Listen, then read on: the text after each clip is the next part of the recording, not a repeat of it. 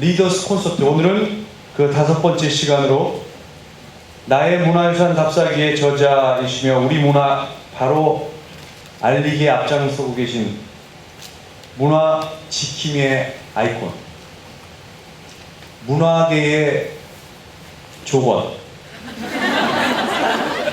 유홍준 명지대 교수님을 모시고 왜 읽어야 하는가를 주제로 강연을 준비했습니다. 유홍준 교수님은 1981년 동아일보 신춘문예에서 미술평론가로 등단하셨고, 영남대 교수, 영남대 박물관장, 명지대 교수, 문화예술대학원장, 문화재청장을 거쳐 현재 명지대 미술사학과 교수를 재직 중이십니다. 나의 문화유산 답사기, 완당평전, 국보순례 등 많은 베스트셀러를 집필하셨고 1998년 간행물윤리위원회 출판 저작상, 2003년에는 제17회 만해 문학상을 수상하신 베스트셀러 작가이기도 합니다. 유홍준 교수님께서 나오실 때 마치 2PM이 나오듯 비스트가 나오듯 깜빡 하는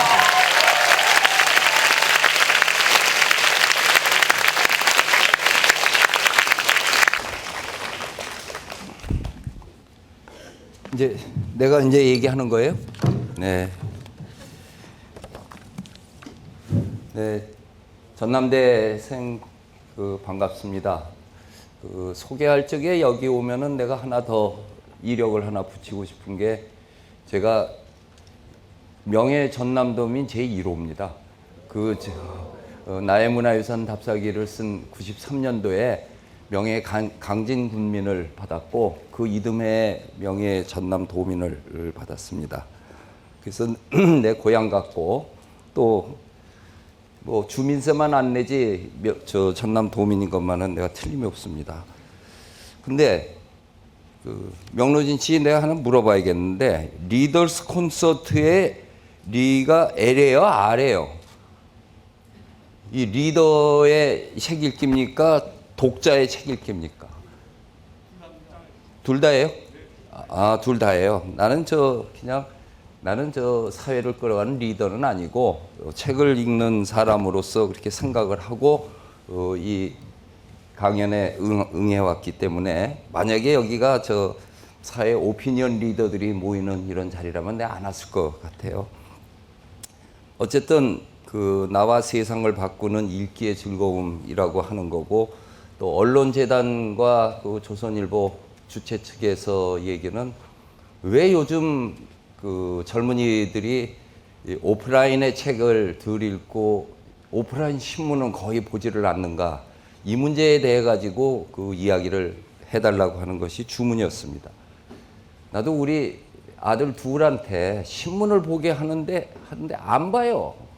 근데 뭐 내가 내 아들도 그걸 못하면서 여러분들에게 꼭 해야 된다고 가르칠 자신은 없는데 그래도 왜 그것이 중요한가 하는 것에 대해서는 이야기를 할 수 있을 것 같아서 이 자리에 여러분들을 만났습니다. 사실 이 읽기 문화에는 몇 번의 문화사적으로 몇 번의 굴절이 있었습니다. 우리 거꾸로 보면은 지금은 온라인하고 오프라인에 있는 매체가 서로 갈등을 일으킨다기보다는 오프라인에서 온라인으로 가는 추세였습니다. 이전에는 이 라디오 시절 이전하고 이후하고가 또 다릅니다. 이 라디오가 등장된 이후 우리에게 정보가 주어지는 방식이 달라졌고 거기에 많이 또 의존을 하고 또 그게 텔레비전이 나오면서 달라지고 있는 면이 있었습니다. 그 전에는 이제 신문이 나왔을 적에 그 전에 독서라고 하는 거는 책이었을 텐데 아니면은 이런 강연이나 육성에 의해서든 책에 의해서 지식과 정보가 전달되고 또 사상이 피력이 되고 그랬는데 신문이 나오면서 전달 방식은 완전히 달라졌습니다. 그러니까 책에서 신문으로, 신문에서 라디오로, 라디오에서 TV로, TV에서 이제는 온라인으로 퍼져가고 있는 것이 우리 지식 전달 받고 있는 거에 한 그 문명화의 과정인 것을 어떻게 기피할 방법이 없는 것 같습니다. 근데 각 단계로 갈 때마다 사람들이 항상 우려를 하고 있었던 거인데 그 우려한 내용은 매체가 어떻게 변하든 간에 똑같았습니다. 경박성이라고 하는 거죠. 이 사색과 깊이라고 하는 것이 매체가 발달하면 발달할수록 깎아먹었다라고 하는 얘기입니다. 책에 의해서만 그 우리 정보를 습득하고 있을 적에 신문 쪼가리가 이렇게 나왔을 적에 그 얼마나 경박했겠습니까? 신문을 보고서 그래도 이 독서를, 그것도 독서인데 글을 읽으면서 자기 사고를 해가던 것이 그냥 텔레비전이나 보면서 히히덕거리는 거 보고 얼마나 경박하냐고 얘기를 했지만은 세월은 그렇게 흘러갔고, 그리고 그것이 갖고 있는 부정적인 것을 한편에서는 어떤 식으로든지 자기가 보완을 해서 나가는 것이 현대인의 삶인 게 틀림없는 것 같습니다. 따라서 나는 여러분들에게 온라인 시대에 오프라인을 고집하라는 얘기는 하고 싶은 마음이 없습니다. 대신에 오프라인의 강점은 잃어버리면 안 된다 하는 그 얘기입니다. 이 종이신문하고 인터넷 신문하고 다 똑같이 정보를 보여주지만은 가장 크게 나타나는 차이는 기사의 밸류를 오프라인처럼 정확하게 전달이 안 된다고 하는 점입니다. 신문은 딱 펼쳤을 적에 그 기사의 경중을 확실하게 가려가지고 또 독자에게 임팩트를 주기 위해서 면 배정에서부터 사진 관련 기사라고 하는 것들을 쫙 배치를 합니다. 일면에 큰 대문짝만한 글로 해서 나오는 거는 뭐 천지가 요동치는 그런 변화고, 이 신문 기자들이 그 기사를 쓰면은 자기 기사가 크게 나오기를 원하지 않겠습니까? 그건 이제 편집에서 또 데스크에서 이 경중을 가리는데, 그런 중에 이 기자들이 제일 원하는 거가 일톱삼박이라고 하는 게 있어요. 일면에 조그맣게 나오고 일박삼통이구나. 일면에 박스로 나오고 전 기사는 삼면 통으로 해서 써주는 거. 그거는 거기에 또 등장하는 사람도 그러기를 바라는데 그 혜택을 받는 사람은 없어요. 근데 나는 한번 받은 것이 숭례문이 불탔다 했을 때 내가 그 일통삼박으로 해서 싹 발라본 적이 있습니다. 그건 이제 서울시장 후보도 안 되고 대권 후보나 돼야지 받는 그 지면을 그때 전신문을 한번 받아본 적이 있는데, 이 기사의 가치를 받기 위해 가지고서 이런 일면에서부터 유도를 해갖고 3면, 6면으로 가고 관련 기사로 연결해 가는 것이 이 온라인에서는 그런 장치가 제대로 보이지 않습니다.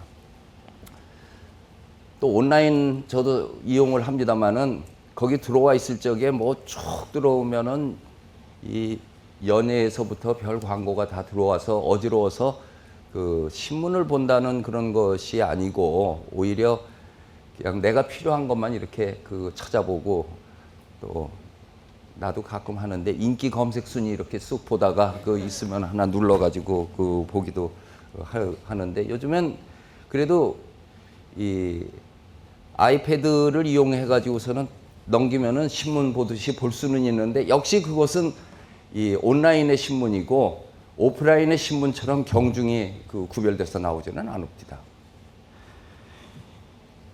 오프라인에 나오는 32면에 내지 빼고 겉지만 본다고 하더라도 1면에서부터 32면까지 한 바퀴 돌리는 것이 그게 세상입니다. 거기에는 이 세상에서 이루어지고 있는, 그때 이루어지고 있는 모든 것들이 한번 훑는 거에서 다 나오기 때문에 그것을 다 읽는 사람은 없습니다. 아마 신문 기자도 다 안 읽을 거예요. 만드는 사람도 다 안 읽을 거예요. 필요한 것만 자기가 읽고 나머지들은 무엇이 있었는가 보고선 그냥 지나가는 겁니다. 지나가는 거죠.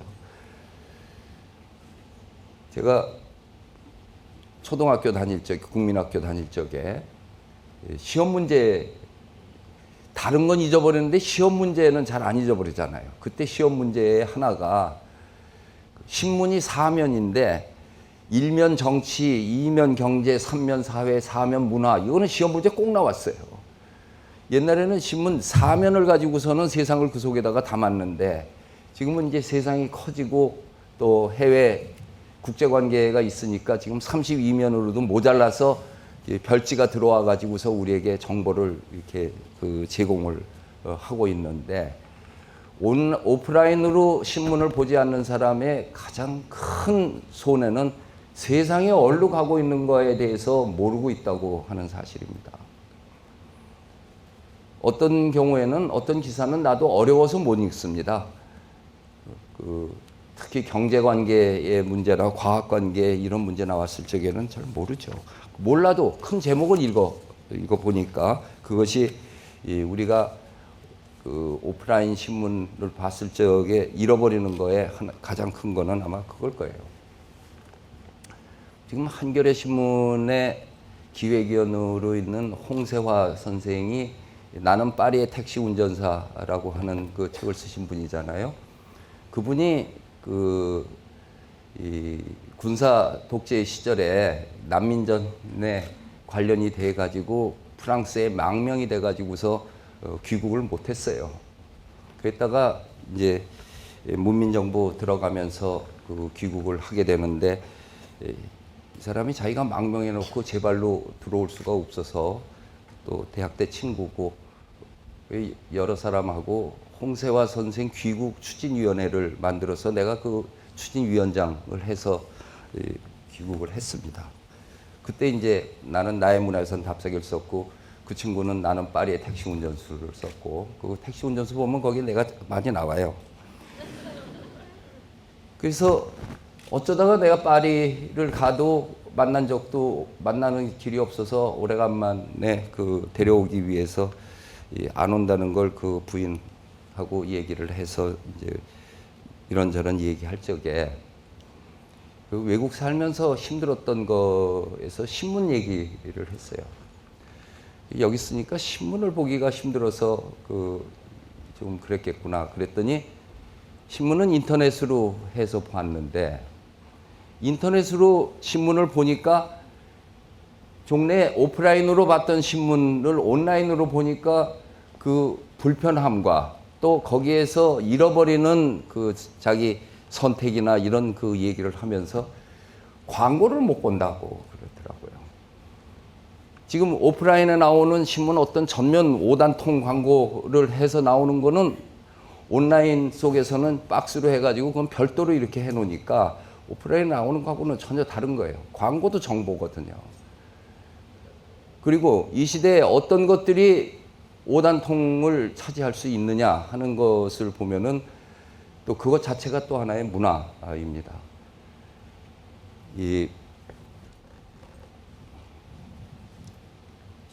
제 나의 문화유산 답사기 6권이 나왔잖아요.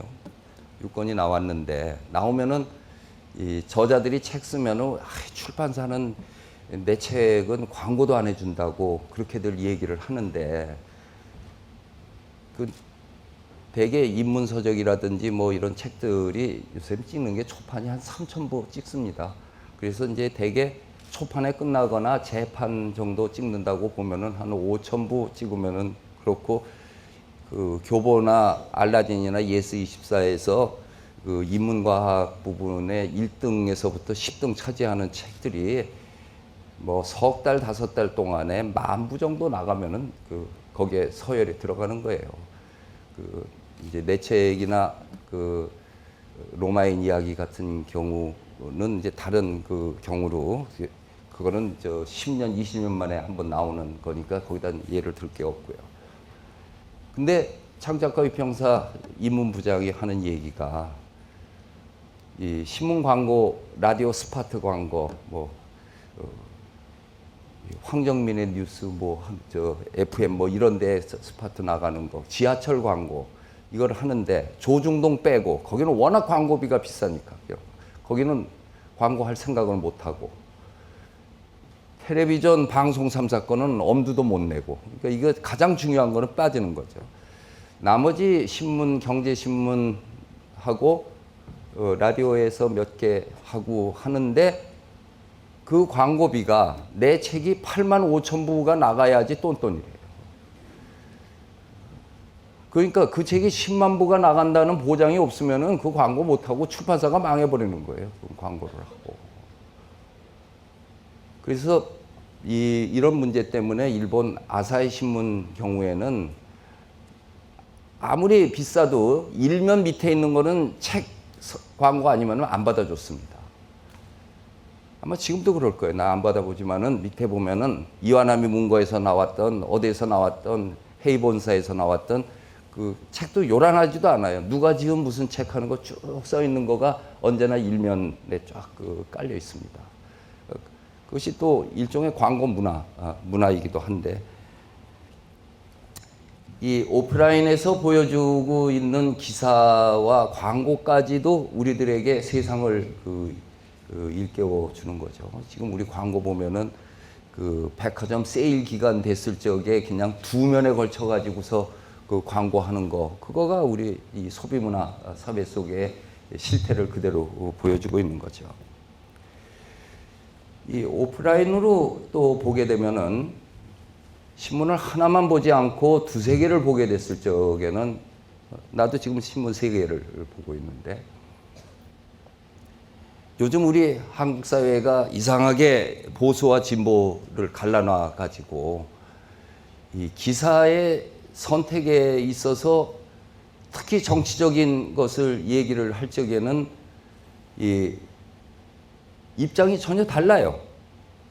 그것이 그 회사, 자기 자신이 취하고 있는 것이 진보다 보수다 하는 그러한 그것을 떠나가지고 세상을 보는 시각에 있어서 서로 다른 앵글을 그 두 신문을, 특히 이 조선일보 주체니까 조선일보에 상대되는 거가 경향 아니면 한겨레잖아요. 그 2개를 갖다 놓고 보면은 어떻게 다른가 하는 것이 보이고, 그게 우리들에게 상대평가를 하면서 사리를 좀 더 양쪽에서 보고 있는 시각에서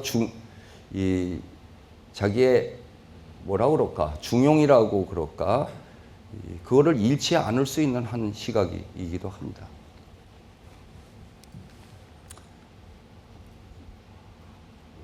오늘 신문에 기차 타고 오면서 보니까 중앙일보에서는 삼성전자가 마이크로소프트를 등에 업고서는 구글에 대항한다 이렇게 났어요.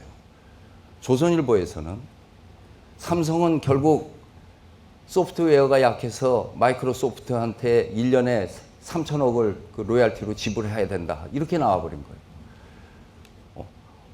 어느 시각으로 하는 것이 맞는지에 대해서는 난 모르겠어. 하여튼 2 신문이 그렇게 썼어요.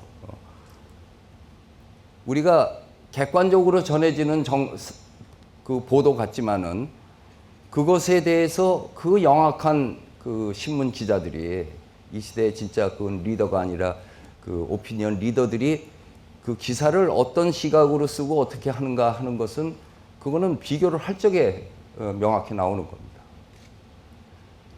그러다가 이제 수준이 높아지면은 이제 그것을 하다 보면은 어느 신문사든지 그 신문사에 사설이 있고 사시가 있는 거예요.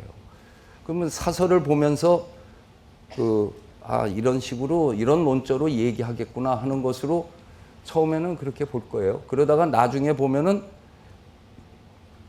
논설위원은 독자들에게 가리키듯이 쓰지만은 독자는 이제 한 수 올라가 갖고 요놈이 제대로 세상을 말하나 삐딱하게 말하나를 보게 됩니다.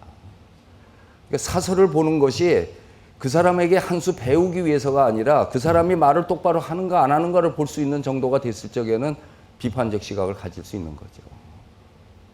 그거는 내가 아는 만큼 보인다고 얘기했던 거에 그대로 들어맞는 것으로, 그런 무엇에 대해서 자신 있게 얘기하는 거는 절대평가만 갖고는 안 됩니다. 상대평가를 해본 사람만이 그거에 대해서 절대적 가치까지도 얘기를 할 수가 있는 거죠. 이게 오프라인이 아니고서는 우리가 받기 힘든 그러한 내용들입니다. 그리고 온라인에 있는 그 기사하고 신문하고 이렇게 비교를 해보면은 이 기자들이 글을 참 잘 쓰거든요. 잘 쓰지 않으면 기자로 뽑나요? 이분들이 해설 기사를 쓰거나 뭘 얘기할 적에 보면은 이 변죽을 울리는 기사도 잘 쓰고 무슨 말을 하면서 직설적으로 했다가는 명예훼손이나 뭐 이런 걸로 걸릴 것 같으니까 계속해서 행간에다가 집어넣어 놓고 라고 말해서 뭐 했음을 말해줬다 이렇게 이제 자기가 재해석 안철수가 서울시는 할 일이 많다라고 말해서 출마할 뜻을 비쳤다. 뭐 이렇게 그 얘기를 하는 것 자체가 일단 기자의 눈을 통해 가지고서 새롭게 번안이 돼 가지고서 나오는 그러한 것들이 또 한편으로는 초친다고 그러는데 양념을 또 싹 넣어 가지고 이제 미화하기도 하고 또 아주 내려 가지고서 물먹이기도 하고 하는 그 기사의 변죽을 울리는 거 그것이 글의 묘미가 있어요. 현장감이 있으니까. 그거는 소설이나 다른 책을 보는 거하고는 또 다른 그 기사, 특히 정치 해설 기사 같은 것을 봤을 적에 요즘에 서울시장 놓고서 기사들이 각 신문에서 쓰고 있는 거 보면은 그 기자가 누구 편인가 하는 거가 아주 눈에 보이는데 겉으로는 안 나고 속에서 쓰고 있는 것에서 그것이 읽혀지죠. 그러한 방법이 직설적으로 뭐는 뭐다라고 얘기하는 것 말고 세상의 글쓰기, 책 읽기에 있어서 그 심도를 읽어가는 그 또 하나의 우리의 그 독서력을 키우는 것이고 그리고 어느 신문이든지 이 32개 신문을 보면은 그 신문 편집에는 이 가십이라든지 코너 처리가 굉장히 탁월합니다.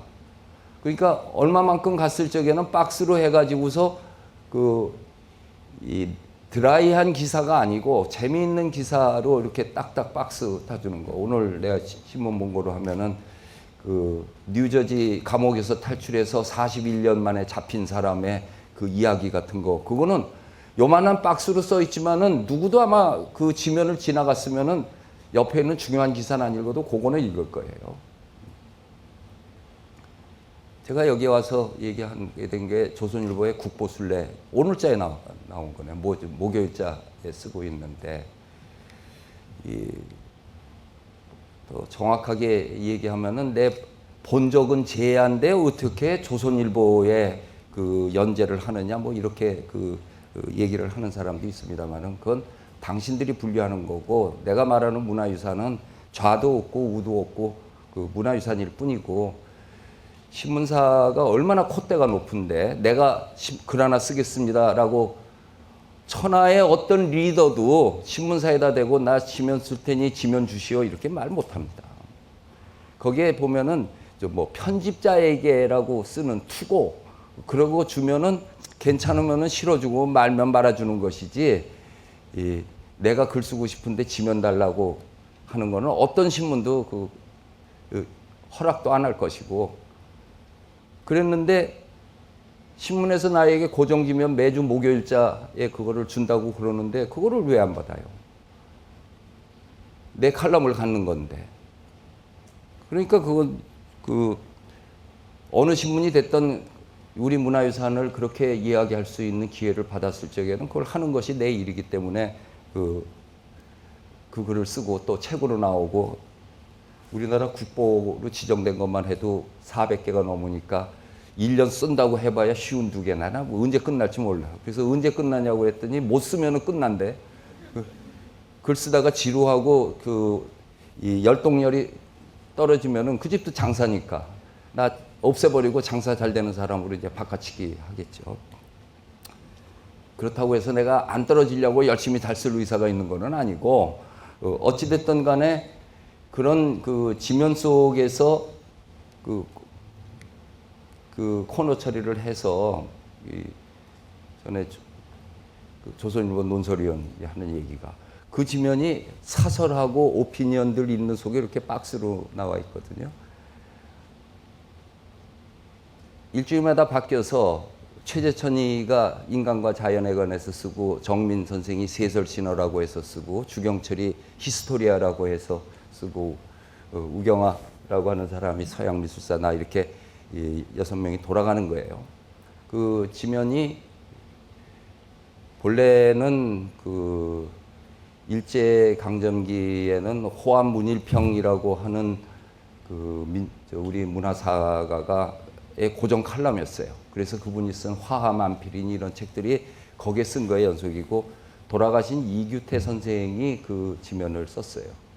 그리고 나서 조용철하고 이덕일하고 둘이 쓰다가, 옛날에는 이 제너럴리스트가 그 지면을 쓸 수가 있는 거예요. 뭐든지 다 쓸 수 있는 거예요. 근데 세월이 이제는 스페셜리스트가 아니면은 그걸 커버할 수가 없으니까 한 사람이 쓰던 거를 6개로 동강을 내 가지고 전공으로 쓰게 해버린 겁니다. 그것도 우리 신문의 변천사에서 굉장히 중요한 그 변화의 한 상징을 하고 있는 겁니다. 이제는 어떤 누구도 그 지면을 매일 앉아서 그 무엇을 쓸 수 있는 그런 세상은 아닌 거예요. 그래서 그렇게 해놓고 보니까 사람들이 사설이나 오피니언은 제목만 읽고 그거는 읽는데, 그거는 영양가가 있잖아요. 그거 읽으면 뭘 주워들어도 하나 주워들으니까. 거기다가 본래 5.7매를 쓰는 건데 내가 다 0.5매는 빼버리고 거기다 사진을 갖다가 꽉 박아버리니까 양쪽에 완전히 흑백에다가 거기 그냥 내 것만 그 손톱만 하치만은 칼날로니까 강해가지고 이 독자를 빨아들이는 게 있어서, 그건 신문으로서는 이 좋은 효과는 아닐 거예요. 본래 자기네들이 사설 같은 게 더 읽어야 되고 이건 코너여야 되는데 오히려 코너로 사람들이 모이는 이런 거가 된 거죠. 어찌됐든 영양가 있고 우리에게 기쁨도 주고 지식을 주는 코너들이 신문에는 매일 어디에고 나타나고 있는 건데, 오프라인을 신문을 안 보는 사람은 그건 놓치는 거죠. 학교에서 배우는 것보다 길바닥에서 주워 듣는 게 훨씬 많습니다. 그렇죠? 학교에서 수업 시간에 받는 거 그거 다 이제 조금 있으면 잊어버릴 건데, 그냥 목욕탕에 갔다가 어쩌다 신문 뒤적이다가 본 기사라든지 길에서 어느 아줌마가 한 얘기는 평생 잊어버리지 않는 것들 있는 거하고 똑같은 거예요. 32면 속에 세상사가 들어가 있는데 어쩌다 딱 찍어놔 있는 것이, 그게 일상적으로 우리에게 이루어진다고 했을 적에 갖는 의미는 오프라인에 있는 신문, 종이 신문을 보는 사람만이 가질 수 있는 그 특혜라고 할 수도 있죠. 여러분들은 어차피 지식인으로서 이 세상을 살겠다고 자원한 사람들이에요. 대학에 들어와서 이렇게 하는 거. 자기가 하고 있는 앞으로 직장이 무엇이든 어디 가서 뭘 하든 간에 한 사람의 인테리로서 살아갈 수뿐이 없어요. 그것이 이 대학에서 하고 있는 전공과 연관해서 얘기하면은, 대학에서 이루어지는 것은 아카데미즘이고, 그리고 온라인이든 오프라인이든 신문에서 이루어지고 있는 것은 저널리즘입니다. 이것이 저널리즘과 아카데미즘은 현실과 이론이라고 하는 양극에 있는 건데, 경제학으로 치면은 경제 이론 경제가 있고 실물 경제가 있고 한 것인데, 그 사이에 평가를 할 수 있는, 크리틱을 가할 수 있는 거, 그 비평적 시각을 갖는 거, 그것이 전문가의 일만이 아니라 건강한 시민들은 다 한 시대의 지식인으로 살아가는 사람들의 책무이기도 합니다. 이것을 우리를 대신해서 그거를 명확히 찝어주던 사람을 우리는 문사라고 그렇게 얘기를 할 수 있는데, 현대사회로 오면서 이 문사가 없어져 버렸어요. 지식이 따로 놀고 저널리즘이 따로 놀아버리는 거예요. 이 세상사에서 골치 아픈 것만이 아니라 조선일보에서 쓰고 있는 만물상이라든지 동아일보의 청론탁설이, 이 중앙일보에 있는 분수대나 이런 것들은 그때 일어나고 있는 것들이 논설위원들이 돌아가면서 하나씩 찝어가지고선 이렇게 얘기를 하고 있는, 매우 지금 어저께 일어난 일 중에서 이 사람들에게 테마가 될 수 있는 거를 하나씩 골라서 쓰는 거예요. 거기에 이제 명컬럼니스트들이 홍종인에서부터 이어령으로 뭐 김중배고 홍사중이고 하는 분들이 다 문사들이 그 칼럼니스트들인데 일본 아사히 신문의 천성인어라고 해갖고 하늘의 소리와 사람의 목소리라는 거는 지금도 아마 교과서 국어 시험 문제에 가장 많이 나오는 거는 일본에서는 아마 그걸 거예요. 입시 공부하려면 그 신문대는 안 봐도 입시 공부하려면 그거를 봐야 되는 거였으니까요. 이러한 것들을 우리들이 문사를 잃어버리게 되니까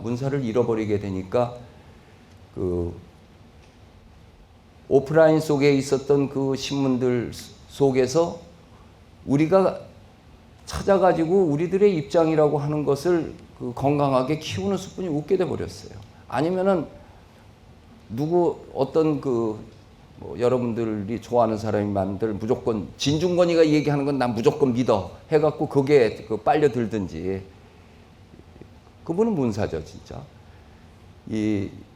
내가 보는 세상보다 그 사람의 눈을 통해서 본 것을 가지고 내 눈을 키우겠다라고 할 수 있는 사람을 가져갈 수 있으면은 그거는 굉장히 좋은 방법이죠. 아주 좋은 방법입니다. 이 저널리즘과 아카데미즘 사이 속에서 그 신문을 통해 가지고 나의 비판적 안목을 길러간다라고 하는 것은 이게 지금 내가 강연으로 하니까 이렇게 얘기가 된 것이지 그거는 그냥 자연스럽게 이루어질 수 있는 일인 겁니다. 근데 신문을 안 보면은 이루어질 수가 없는 거죠. 이 점은 온라인으로 책 사는 거하고 책방 가서 사는 거하고의 차이도 또 있어요. 온라인으로 사면 10% 깎아주니까 온라인으로 사는 게 이익이죠. 하지만은 오프라인으로 가서 교보문고 가가지고 책을 사게 될 적이면 그 책을 사기 위해서는 다른 책을 만져보잖아요. 그리고 동종의 책들이 뭐가 있는가에 대해서 보고 책 사는 거를 바꾸는지는 몰라도 하나를 더 사거나 포모 리딩으로 할 수 있는 것들을 그 자리에서 정보를 받습니다. 나 중고등학교 때 선생님이 책을 살 적에는 반드시 6가지를 단계적으로 보라고 그랬어요. 고등학교 때 들은 얘기인데 대학생이 받았어서 뭐해? 다 하고 있는 거야. 첫째는 제목이죠. 제목이 뭐냐 하는 거. 그 다음엔 저자고, 그 다음에 보는 거는 출판사를 보래요. 어느 공신력이 있는가. 그리고 그 책에는 어디든지 누가 썼던 추천사가 있으니까 그 추천사가 뭐라고 그랬고 누가 했는가를 보고, 그 다음에는 목차를 보고 서문을 보고 난 다음에 사라고 그랬어요. 아주 훌륭한 국어 선생님한테 이런 걸 받았어요. 그 국어 선생님이 나보고서는 미학과 가래서 내가 뭔지도 모르고 그냥 미학과 가서 인생이 이렇게 돼버렸어요. 지금은 그런 선생님이 없을 거야. 입시 국어를 가르친 일이 없어요. 그 선생님은 와가지고서는 발자쿠 소설 얘기하고 랭보의 시가 어떻고 맨날 그런 얘기. 또 어저께 나는 클린트 이스트우드의 황야의 무법자를 봤는데 하고선 그 영화 얘기를 계속 해갖고, 여러분들은 그 문화사적 의미를 모르지만은 내가 고등학교 3학년 때 그 영화가 처음 나왔던 마카로니 웨스턴이 처음 나왔던 거는 그 전에 게리 쿠퍼나 아란 라트가 나와서 사람 하나 죽일 때 영화 한 편에서 한 명 죽이기가 힘들어요. 그것도 아주 정정당당하게 한 사람 죽이려고 그러면은 한 30분은 뭘 해야지 하나 죽이는데, 이때부터는 그냥 한 도락구씩 죽이잖아. 그냥 눈 하나 깜짝 안 하고서는 몇십 명 죽이다 지금은 몇백 명씩 죽이는, 그분이 그 얘기를 그 당시에 해주면서 이 세월이 가고 있는 그 변화의 속도와 어느 땐가는 저렇게 변하리라고 그 인간성의 상실이 저렇게 나타날 줄은 몰랐다 하는 그런 얘기를 고등학교 때 해주는 선생님이 있었어요. 지금은 그런 국어 선생님이 아마 없을 거예요. 그 선생님이 나에게 가르쳐줬던 6가지를 보내는 거는, 나는 지금도 책을 살 적이면은 그 기준을 꼭 지켜서 보고, 나도 책을 만들 적이면은 그러니까 내 책이 창비에서 나왔잖아요. 단단한 데서 나와야지.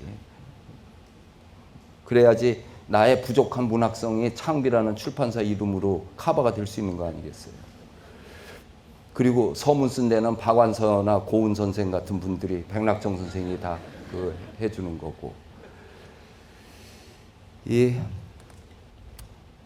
어찌됐든 간에 나는 60대가 돼가지고 환갑이 넘어서 2년 후에는 정년퇴임을 할 수뿐이 없는데, 오프라인의 뿌리를 뒀지만은 온라인을 버리지 않고 나로서는 진화하겠다고 노력하면서 살고 있어요. 여러분들 원로 교수 환갑 넘은 선생 인터넷 못해서 조교시켜갖고 이거 해오라는 사람, 원고 쓴 거 타자 쳐오라는 사람 있잖아요. 나는 최소한 그러지 않았어요. 내가 인터넷 할 적이면 애들들이 와서 신기하고, 내 5손가락을 다 쓰거든요. 내가 이거 쓰느냐고 메밀꽃 필 무렵하고 별을 얼마나 쳤는데 그냥. 그래서 150자 칠 때 치고 난 다음에 인터넷 컴퓨터를 했으니까 한 번 참을성을 갖고 하면은 끝까지 편한 건데, 그렇지 않으면 맨날 독수리 타법을 해야 되는 거 아니에요. 어쨌든 나 같은 사람도 오프라인에 살면서 그 온라인 없어도 살지만은 그렇게 진화하면서 살려고 하는데, 여러분은 온라인으로 어차피 진화하면서 살지만은 오프라인이 갖고 있던 뿌리를 흔들리면은 붕 뜨게 된다는 사실을 명심해야 될 겁니다. 나는 이 시대를 살기 위해서 아직까지도 내가 언제까지 살지 모르지만은 업투데이트한 거에서 낙오되지 않으려고 온라인에 이 늙은이가 노력하는 것만큼 여러분의 젊은이들은 본래 갖고 있었던 뿌리를 잃지 않으려고 노력하는 게, 내 아들은 안 하지만은 포기했으니까 여러분들은 절대 그걸 타산지석으로 삼아가지고 자기가 갖고 있는 지식과 모든 정보의 뿌리를 잃지 마십시오. 요 다음에 여러분들이 무엇을 하든 간에 제가 인생 선배로서 이야기하고 싶은 것은 그 부분입니다. 지금 광주 비엔날레, 디자인 비엔날레 멋있게 하고 있잖아요. 96년도 제1회 광주 비엔날레 때 커미셔너가 저였습니다. 그게 답사기 6권의 그 과정도 썼죠. 그리고 그걸 마지막으로 하고 나는 미술평론을 끝내버렸어요. 그리고 미술사로 이제 전념을 하게 됐습니다. 이유는 제1회 광주 비엔날레에 특히 그렇게 현상이 났는데, 기존의 그림이라고 하면은 따블로, 오일원 캔버스가 기본이에요. 어찌됐든 간에 수묵화가 됐던 뭐가 됐던 캔버스에다가 그림을 그리는 것이 이 르네상스 시대 이후 그때까지 오는 추상미술이 됐던 뭐가 했던 따블로라고 하는 오일원 캔버스를 벗어나지 않았어요.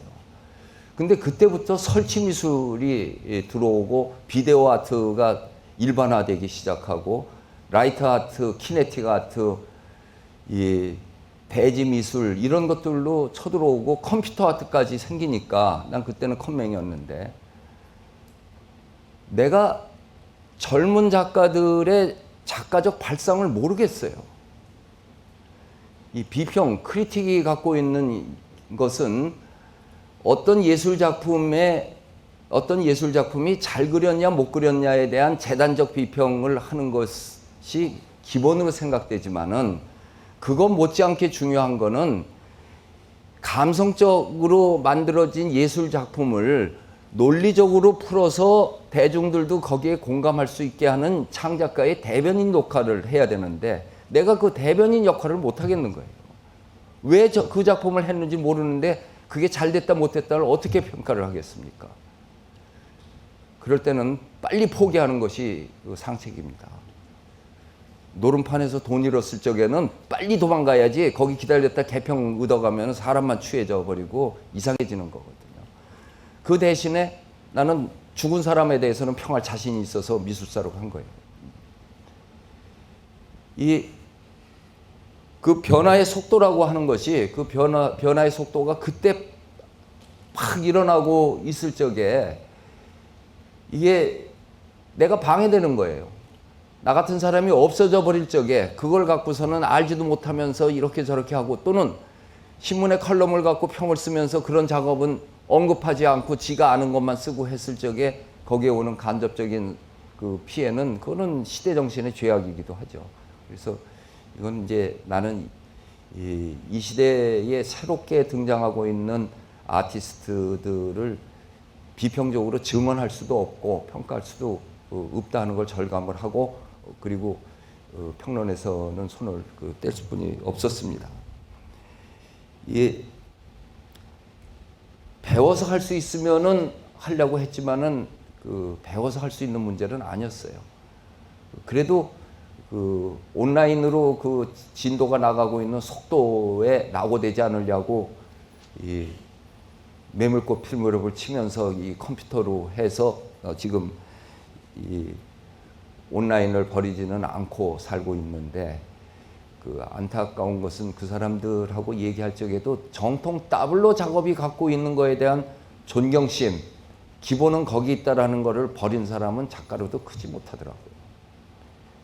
그것이 기본인 속에서 무엇을 한다고 하는 것이 보여졌던 작가들이 우리가 지금 현대미술에서 알고 있는 그런 사람들입니다.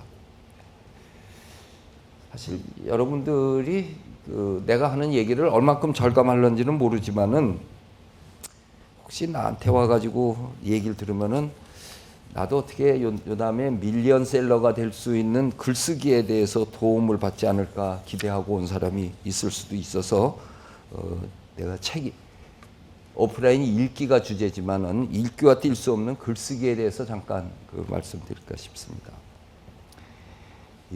그거는 사실 나보다 인디라이터 저 명로진 선생한테 해달라고 하는 것이 훨씬 더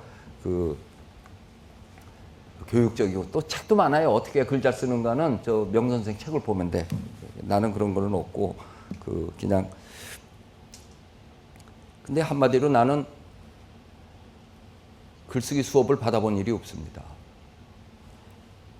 이 신문 잡지를 읽으면서 또 때로는 아주 명징스러운 글이다 생각하는 거는 오려 가지고서 스크랩을 해서 갖고 있으면서 그러면서 내 글을 익혔던 것 같아요. 그러다가 나도 이제 컬럼을 쓰는 사람이 됐는데 내가 쓰고 있는 국보순례가 5.2매예요. 어찌됐든 내가 하고 싶은 얘기는 5.2매 넘으면은 기사가 받아주지도 않는단 말이에요. 신문을 확장할 수 있는 것도 아니고.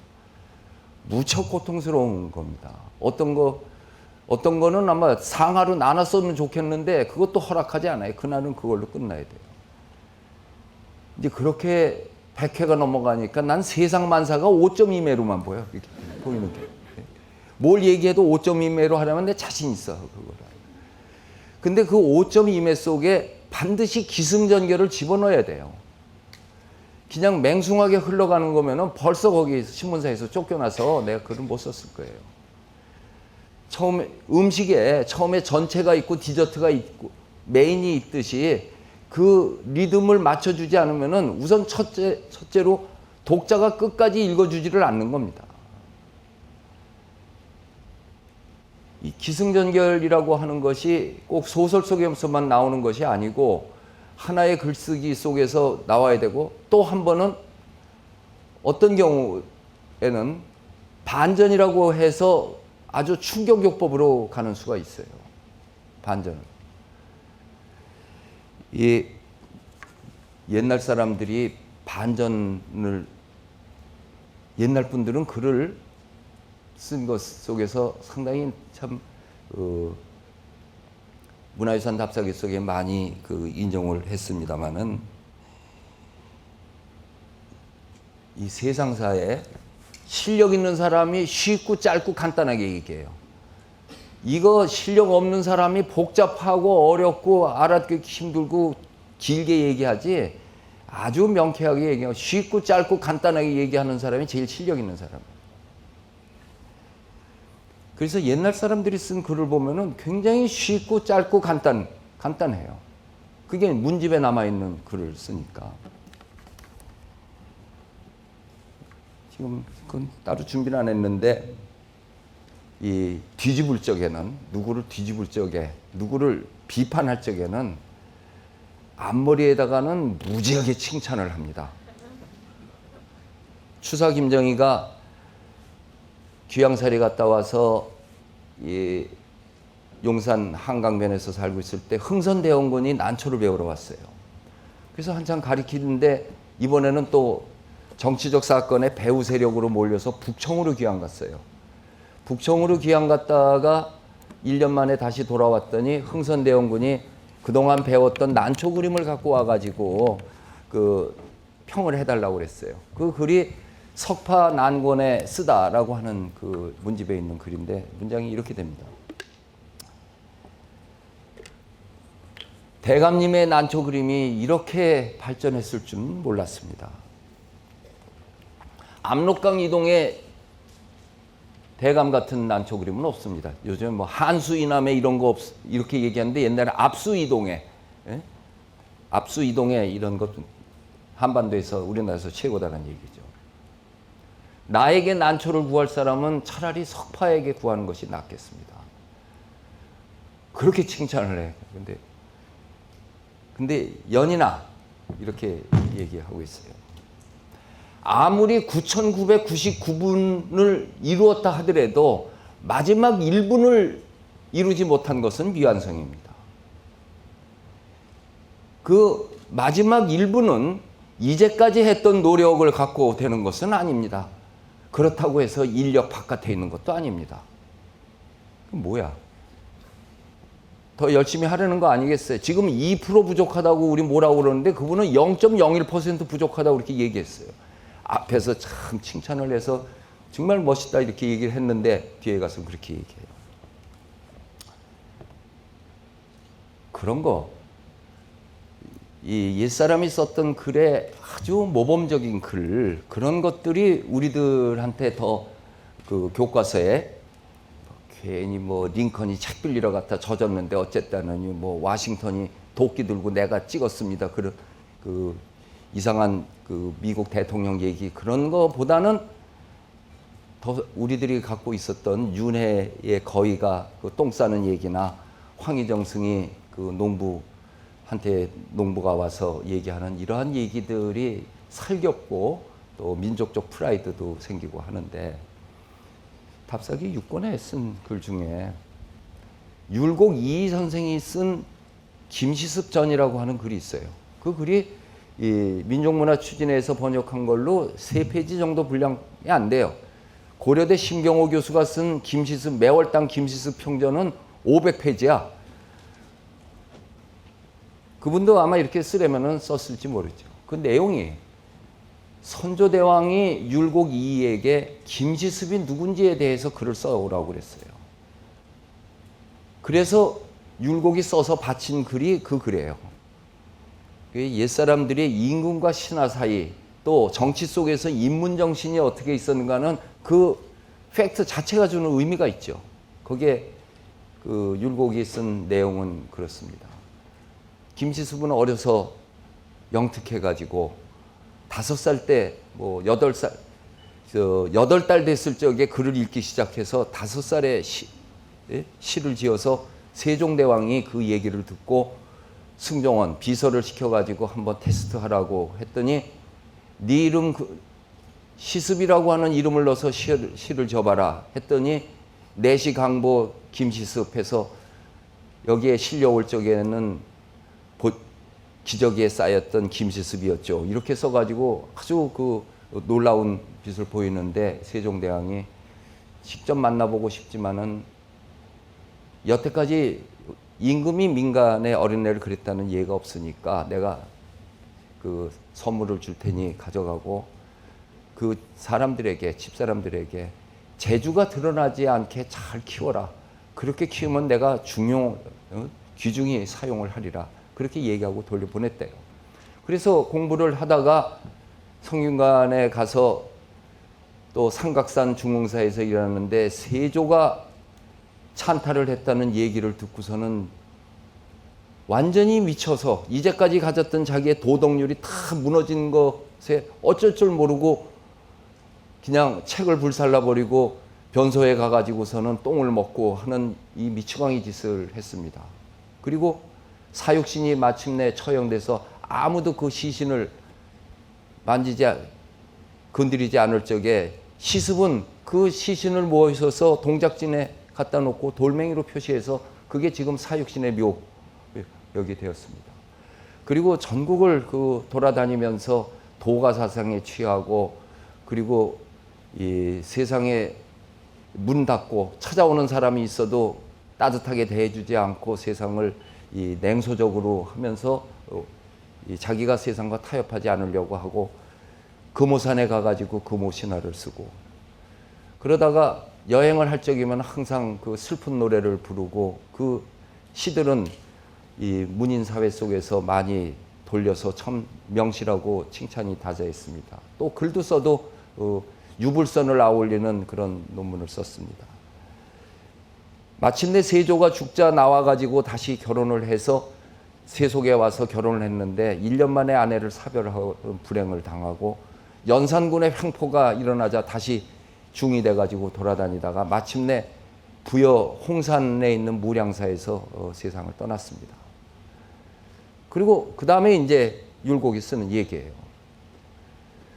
만약에 김시습이 그와 같은 총기와 그와 같은 사상의 깊이를 가지고 이 세상을 위해서 일을 했다고 하면 그 공력이 얼마나 컸을런지 모르겠는데, 세상은 그를 받아주지 않았고, 그는 세상에 흘러가는 것을 받을 수 있는 도량을 갖고 있지 못해가지고 재주가 넘쳐가지고 오히려 재주를 죽이고 그것을 받아들일 수 있는 도량을 갖추지 못했던 것이 안타깝습니다. 그래서 세종대왕이 그 얘기를 한 거예요. 재주 드러나지 않게 잘 키우라고. 근데 어차피 그렇게 못됐던 거죠. 그러나 그가 세월의 흐름 속에서도 끝까지 변절하지 않았던 것은 백세의 교훈이 되고도 남습니다. 이게 끝이에요. 그 글에. 내가 그 감동을 다 전하지는 못했을 것 같은데, 그 글을 읽는 속에서 우리는 세종대왕, 김시습, 율곡, 모든 사람들이, 그 시대 사람들이 갖고 있는 이거를 집어넣는 것인데, 이러한 형식들이 글 쓰는 재주로 해서 나오는 것은 아닌 것 같습니다. 좋은 글을 쓸 적에는 첫째는 그가 얘기할 수 있는 깊이와 내공이 있어야 되는 거예요. 해겔이 변증법에서 얘기하기로는 모든 형식을 규정하는 것은 내용이다. 내용이 형식을 규정하지 형식이 내용을 압박하지는 않는다고 그랬어요. 다만 내용이 형식을 만들어내고 그렇게 만들어 놓은 형식은 다음 내용을 규약한다. 이렇게 얘기한 게 변증법이죠. 그러니까 처음에는 자기가 담고자 하는 내용이 풍부해야 좋은 형식이 나오는 겁니다. 그 점에서 주제가 확실해야 되는 거죠. 그리고 난 다음에는 기존에 있었던 형식으로는 담아지지 않을 적에는 자기 목소리로 나갈 수뿐이 없는 거예요. 내가 문화유산 답사기 쓰면서는 논문 형식도 안 되고 소설 형식도 안 되고 내 그냥 답사기 채로 쓴 거예요. 그래서 내 책이 유명해지고 교과서에도 실리고 그렇게 되니까 사람들이 이게 뭐 단순체냐 화려체냐 뭐 만연체냐 이게 이제 따지기 시작을 하는데, 창비에 있는 이시영 시인이 이거는 족보에 없는 수다체라고 이름을 짓는 수뿐이 없다. 사랑방 할아버지 이야기체거나 카페에서 여자들 제잘되는 그런 거든지 그냥 버스 안에서 학생들한테 했던 구어법이 그냥 들어와 가지고 이제까지 문어체를 존중하고 있었던 문단의 신선한 그걸 준 것이 독자들이 끌어갔다는 거죠. 내가 한 가지 분명히 얘기할, 아까 명로진 씨가 소개했듯이 문화유산 답사기 6권, 화인열전 2권, 완당평전 3권, 국보순례 1권, 다 합치면 몇 권인지 모르지만 전부 베스트셀러 한 거예요. 근데 문화유산 답사기, 화인열전, 완당평전 전부 내가 원고료 못 받고 잡지에 쓴 거래요. 그 당시에는 누가 80매 되는 그 긴 글을 잡지에 실어주는 일이 없었어요. 그래서 새로 창간한 월간 사회평론에서 내가 글을 원고료를 안 받을 테니 내 글은 손대지 말고 80매를 쓰게 해달라고 해서 썼다가 그 1년 만에 그 잡지사 망하고 나는 그 책을 써가지고 창비 가서 책을 낸 거가 그겁니다. 역사비평이 얼마나 가난한데요. 역사비평에서 나 우리나라 화가들의 전기를 쓰고 싶다고 했더니 원고료는 못 준대요. 못 줘도 좋으니까 실어달라고. 그 대신에 요 다음에 부자가 되면 그때 가서 줄 수는 있대요. 그래가지고 결국은 거기에다 쓴 걸로 해서 그 집이 내 책 팔아가지고 원고료를 그 당시 10년 전 가격으로 매당 1,000원으로 해서 주더라고. 어찌됐든 간에 나는 내가 필요로 해가지고 이 시대가 받아주지 않는 형식을 나는 그걸 하고 싶어가지고 그렇게 써서 스토크를 하고 싶어서 했던 거가 결국은 베스트셀러를 해서 원고료 이상의 거를 받은 거죠. 내가 답사기 잘 썼으니까 나도 답사기 쓰겠다고 지금 시작해 보십시오. 또 그렇게 한 사람들 많죠. 나는 답사기라는 건 생각한 일 없고 20년 동안 아이들을 가리키면서 답사했던 거를 나중에 그걸 글로 쓴 게 답사기입니다. 그러니까 뭘 그걸 하려면은 20년 동안 여러분들도 뭘 하나에 집중해서 해놓고 그 다음에 그것을 쏟아낼 수 있는 것을 할 적에 어쩌면은 그런 세월이 안 알아줘도 고만이죠. 나는 행복했을 거예요. 알아주지 않고 팔리지 않았어도 나는 내가 하고 싶은 대로 했으니까. 근데 거기에 잘 팔린다고 하는 그 복까지 세웠던 거죠. 결국은 이 자기가 목표로 하고 있는 책 쓰는 것 자체가 목표일 수도 있지만 그거보다 자기 분야 속에서 그렇게 쭉 살고 일하고 하다가 나중에 그것을 글로 쓰는 형식이 됐을 적에는 기존에 있는 거는 절대로 안 될 겁니다. 제가 그렇게 되놓으니까 문화유산 답사기 때문에 박사학위 논문도 있어요. 문화유산 답사기 이후 전라도 관광 행태의 변화에 관한 연구 뭐 그런 거가 있기도 하고 그리고 내 책이 왜 그 베스트셀러가 됐는가에 대한 이제 분석도 여러 가지가 있고 이 대학 입시 수능 시험 뭐 이 참고서에 오지선다형으로 그 문제들 나오면은 한 문제 내면은 아마 100원인가 얼마 오는 게 있어요. 그게 이제 축적해서 오는 게 있는데 그 문제를 보면은 거기 나온 답을 내가 모르겠더라고. 나 참 어떻게 비비고 앉는 중 무엇은 뭐냐고 물어보는 문제는 없고 다음 중 아닌 것 중 다른 것은 뭐 이렇게 시험 문제 내니까 그건 나도 모르겠더라고. 그 중에 그래도 내가 여러분들을 위해서 내 자랑이 될까봐 얘기하기 굉장히 힘들지만 어차피 뭐 자랑 한 셈이니까 그 얘기를 하면은 그러니까 이게 어떻게 영속성으로 베스트셀러가 한 권도 아니고 6권이 갈 수 있는가에 대해서 막 이제 분석들을 하고 그런 거가 있는데 하나는 이 답사기라고 해서 남도답사 1번지를 쓰는 그 형식이 있으면은 그다음엔 경상도 어디 답사기는 거기에 포맷에 맞춰서 이렇게 쓰면 될 거 아니겠어요? 근데 그런 게 하나도 없었다고 하는 것이 강조예요. 남도답사 1번지는 영남대학교 학생들을 데리고 여기를 순례하는 걸로 썼습니다. 그거는 나의 트릭이었는데 나는 굉장한 행운하였어요. 영남대학 학생들을 데리고 전라도를 칭찬했을 적에는 지역적 편애라는 말을 못할 거 아니야. 만약에 그 책을 전남대 교수가 썼으면 아마 사람들이 욕 돼지겠을 거야. 지 고향이라고 그렇게 얘기할 수 있는 거야. 내 고향은 서울이라는 얘기를 누누이 강조해서 쓴 거는 나에게는 지역적 편애가 있지 않다라고 하는 것을 강조한 거고 그리고 우정 TK 성골 진골들을 데리고 여기를 온서 걔네들이 강화문한 소리 이야기로 전했던 것이 그 남도답사 1번지가 하면은 서산마을을 얘기는 내 동생하고 제주시 데리고 가족여행으로 갔을 때 형식으로 했고 운문사는 운문사에 있는 그 교무스님을 그 나의 집이라고 해가지고 그분의 안내를 하는 걸 썼고 또 내 마누라도 한번 어떻게 끌고 가가지고 쓴 것들이 있고 이 또 내 자신이 느끼는 걸로 해서 모든 것이 거기에 맞는 그 형식을 매체를 찾아서 썼던 거.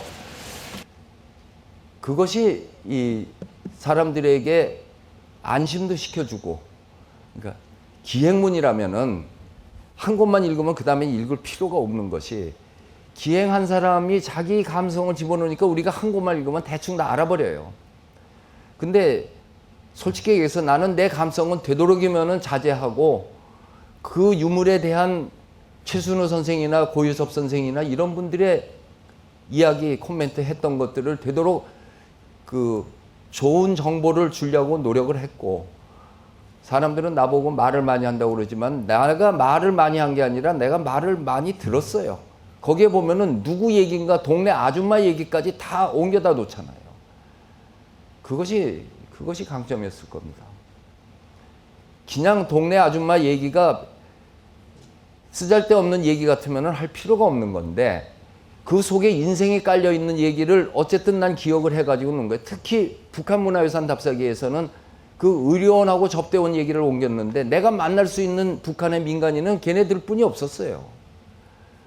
그래서 걔네들하고 친하려고 걔네들이 좋아하는 노래 배워가지고 나도 배워서 불렀다가, 문화재 청장 때 그거 불렀다가 난리들을 쳤던 거 아니에요. 내가 북한 가서 이름 없는 영웅들 불렀다고. 그거는 마이크 대고 부른 게 아니라 헤드쿼터에서, 거기에서 12개월 만에 만나는 서먹서먹한 분위기를 깨트리기 위해서 이미 북한을 자주 왔다 갔다 했던 나를 매체로 삼아서 그때 접대원 동무들하고 재밌게 놀았던 인간적인 면이 우리 인민들에게 아주 깊이 인상 박혀 있습니다. 청장 선생 그때 노래 기억하는 게 있습니까? 그래서 그렇게 청하는데 불러야지. 그러니까 두 소절을 얘기했는데 뒤를 몰라서 그 사람들이 합창해서 하고, 그리고 정동영 장관이 이 김정일 위원장 만나고 오는 아주 그 혁혁한 외교적 그거를 했던 거를 이 조선일보를 비롯한 이 신문들이 나를 그냥 좌빨로 몰아가지고서는, 그래서 이번 북한 답사기 개정판에다가 그 과정을 썼었어요.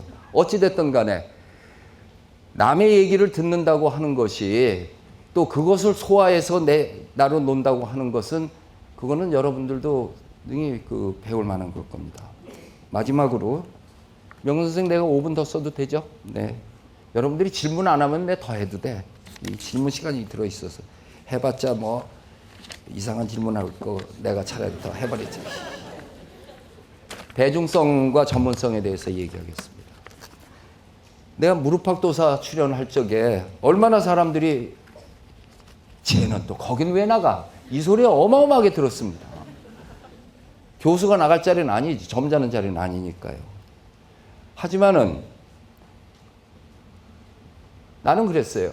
예능이 갖고 있는, 오락이 갖고 있는 저 전파력으로 난 내 문화유산을 전도하고 싶은 마음이 있었어요. 내 신앙은 한국미술사고 나는 한국미술사 전도사예요. 내가 평생 할 일은 그건데, 전도는 안 믿겠다는 놈도 붙잡아다가 내가 그 전도를 해야 되는 건데, 그게 무릎팍도사만 어떻고 히프도사만 어때? 거기에 시청률이 10% 20%가 된다는데 내가 나갈 수 있는 거죠. 나가서 반칙이죠. 오락 프로를 교양 프로로 만들어 버렸잖아요. 뭐라고 끼어들면은 그냥 기를 팍 죽여갖고 내 얘기만 계속 하나 나왔잖아요. 시청자는 근데 그걸 더 좋아했잖아요. 그래 그 MBC PD는 남 PD는 어떻게 이거를 더 끌어가라 하는데 강호동은 없어져서 이제 나하고 그만 해버렸어요. 방송들이 맹목적으로 그냥 물에 빠져가지고서는 히히덕거리고 하는 그 저질스러운 행동을 가지고 웃기는 시대는 이미 끝났습니다. 나 1박 2일 나갈 거예요. 가서 이제 물에 빠지지 않고 1박 2일 얼마나 잘 재미있게 놀 수 있는가도 내 시범 보일 겁니다. 여기. 기대해봐요. 언제 나오나. 이 대중성과 전문성을 얘기를 할 적에 사람들이 착각하는데, 전문성은 굉장히 고급 지식이고 대중 대중성은 낮은 지식이라고 생각하는데 천만의 말씀입니다. 대중성을 갖는다는 것은 전문적인 지식을 대중도 알아들을 수 있는 언어로 얘기하는 게 대중성이에요. 수준을 낮추면 안 돼요. 대중이 그러니까 어떤 미술사가가 내 책을 많은 사람들이 좋아한다고 했더니 그건 다 아줌마 부대가 좋아한다고 그래요. 그 아줌마 협회에서 그런 사람한테 왜 항의를 안 하나? 그 아줌마라고 하는 사람이 전부 대학 교수도 아줌마고 박사도 아줌마고 다 고등교육 받아 있는 가정주부들이에요. 그들이 왜 수준이 낮습니까? 한국 사람들이 책을 안 읽는다고 그랬지만 읽을 책은 언제 지들이 써줬어요? 독자 입장에서 그렇게 소리칠 수 있는 겁니다. 전문적인 지식을 우리도 알아들을 수 있는 얘기로 써줬을 적에 우리가 흔쾌히 사는 거지, 전문가끼리 통하는 거는 니들 속에서 얘기하지 왜 우리들까지 강요를 하고, 그리고 왜 우리들이 아줌마라고 이렇게 비하받는 그러한 걸로 쓰고 있느냐고 항의할 만한 겁니다. 인문학이 위기고 인문학이 뭐 멸시를 당했다는 거, 인문학자 자신들에게 먼저 물어봐야 되는 그런 부분입니다. 당신이 평생 공부한 거를 대중과 나누어 쓸 생각을 했다면은 혼자서 좋은 논문을 썼다라고 학술원 상 받을 생각만 했지, 또 학술지에 실려야지 대학에서 점수를 많이 주는 제도만 있었지, 문화유산 답사기 쓴 거는 교수 평가에서 1점도 안 줘요. 안 주거나 말거나 내 쫓겨나면은 내 마음대로 또 살면 되지. 나는 내 배짱으로 그냥 쓰고 있는 거고, 이 제도가 그렇게 돼 있어요.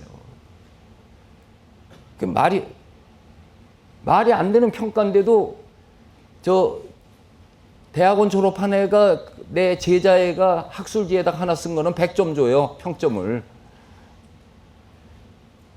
이 사회 분위기를 그렇게 만들어 가 있는 것이 대중성을 에 대해서 대중화한다고 하는 거는 저질화되거나 수준이 낮다는 인식이 있었기 때문에 우리들이 갖고 있는 독서 풍토에 그런 거가 생긴 거고, 그리고 이 인문학에 대해서 많은 사람들이 그리워할 적에 그때 이것이다라고 내놓는 거가 어느 날 갑자기 나오는 건 아닙니다. 전문적 지식을 전문가, 한국미술사학회에서 한국미술사 발표하는 거는 쉬워요. 아주 쉬워요.